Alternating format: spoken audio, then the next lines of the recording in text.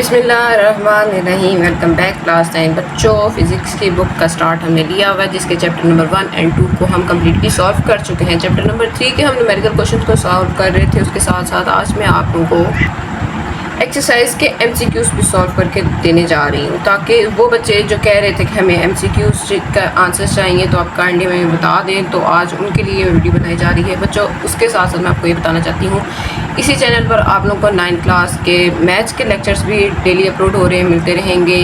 First year के बच्चे physics के लिए, मैथ्स के लिए और केमिस्ट्री के लिए इसी चैनल के साथ जुड़े रहें। दोस्तों के साथ शेयर करें, जो आपके कुलीग्स हैं, आप लोग के नेबर्स में हैं, बच्चे जो चाहते हैं, जो फर्स्ट ईयर में हैं और उनको लगता है कि ये वीडियोस हमारे लिए इंफॉर्मेटिव हो सकती हैं, तो अपने इर्द गिर्द बच्चों, दोस्तों के साथ, हर किसी के साथ, अपने नेबर्स, फ्रेंड्स जो भी हैं उनके साथ शेयर करें, ठीक है। और चैनल पर न्यू है तो चैनल को सब्सक्राइब कर लें और बेल आइकन बटन को जरूर प्रेस कर लें। एक्सरसाइज MCQs या टिक दी करेक्ट आंसर। बच्चों हमारे पास पेपर में 15 मार्क्स के MCQs आते हैं। मोस्टली इंपॉर्टेंटली जो MCQs होते हैं वो आपके एक्सरसाइज के ही होते हैं, तो ये करने बहुत ज़रूरी होते हैं। इनका अच्छे से कर लेंगे तो आप लोग के मार्क्स पूरे भी आ सकते हैं, ठीक है। तो इनमें कोई इशू नहीं होता, आपको बस आपका कंसेप्ट होना चाहिए, तो आपके पास 15 नंबर लेने के फुल चांस हैं। पहला है, when we kick a stone we get hurt, it is due to. अगर हम किसी पत्थर को किक करते हैं, ठीक है, और हमें दर्द होती है, तो वो क्यों होती है? इनर्शिया की वजह से, वेलोसिटी की वजह से, मोमेंटम की वजह से, या रिएक्शन होता है? हमें किक की, एक चीज़ को हिट किया, तो उसके रिएक्शन में क्या मिला? हमें दर्द मिला, ठीक है। तो इसका आंसर जो हमारे पास होगा वो रिएक्शन होगा। An object will continue its motion with constant acceleration unit. एक ऑब्जेक्ट है, चीज़ है, वो कॉन्टीन्यूटली चलती जा रही है, उसकी एक्सेलरेशन कांस्टेंट है, एक ही एक्सेलरेशन पर, ठीक है। तो अब उसका जो होगा वो रिजल्टेंट क्या होगा? Resultant force begin to decrease, the resultant force on it is 0। इसका बी ऑप्शन हमारे पास करेक्ट होगा, ठीक है। Which of the following is a non content force. इनमें से कौन सी नॉन कंटेंट फोर्स है? तो उसमें से मतलब फ्रिक्शन है, एयर रेजिस्टेंस है, इलेक्ट्रोस्टैटिक फोर्स है, ये टेंशन है। तो इसके अंदर बच्चों आपका सी ऑप्शन जो है वो है करेक्ट, ठीक हो गया। उसके बाद 4 वाले में कह रहे हैं, a ball with initial momentum phi hits a solid. इसको फाई पढ़ना है, ये पी नहीं होता।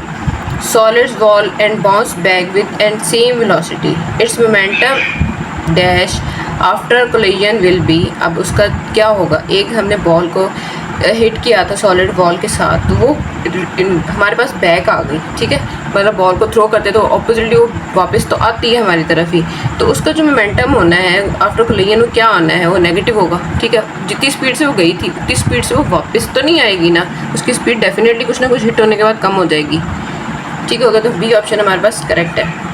A particles of mass m moving with a velocity v collides with another particles of the same mass at rest. The velocity of the first particle after collision is। उसका भी क्या होगा? हमारे पास नेगेटिव आंसर ही आएगा, ठीक है। अब उसकी वेलोसिटी भी क्या होगी? हमारे पास नेगेटिव आएगी। The conversion of a linear momentum is equivalent to third law of motion। ये हमारे पास उसकी स्टेटमेंट दी हुई है, ठीक हो गया। अगर आप लोगों को न्यूटन्स के तमाम लॉज अच्छे से याद हैं तो आप लोग ये इजीली आंसर कर सकते हैं। उसके बाद हमारे पास है next, an object with an mass of 5 kg moves at constant velocity of 10 metre पर second. A constant force when act for 5 seconds on the objects and gives it a velocity of 2 meter per second square in the opposite direction. The force acting on the object is।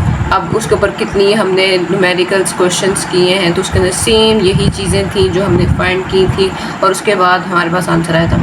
बच्चों इसका solution अभी तो मैं आप लोगों को answer बता रही हूँ, इसका आंसर ये आ रहा है। इसका सोल्यूशन मैं आप लोगों को प्रोवाइड कर दूँगी कि इसका 12 न्यूटन -12 न्यूटन किस तरह है, ठीक है।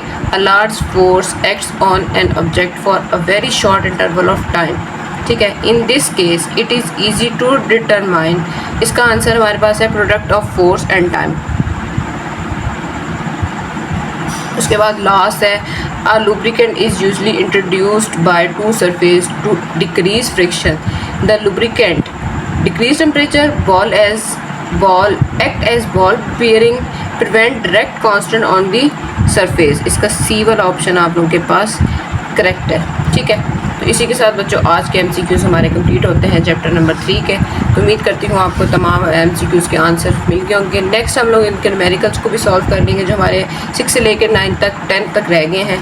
हमारे शॉर्ट क्वेश्चन आंसर इस चैप्टर के रहते हैं, लॉन्ग क्वेश्चन आंसर्स रहते हैं, तो वो भी हम लोगों ने कर लेने हैं। तो आप लोग इस चैनल के साथ जुड़े रहिए।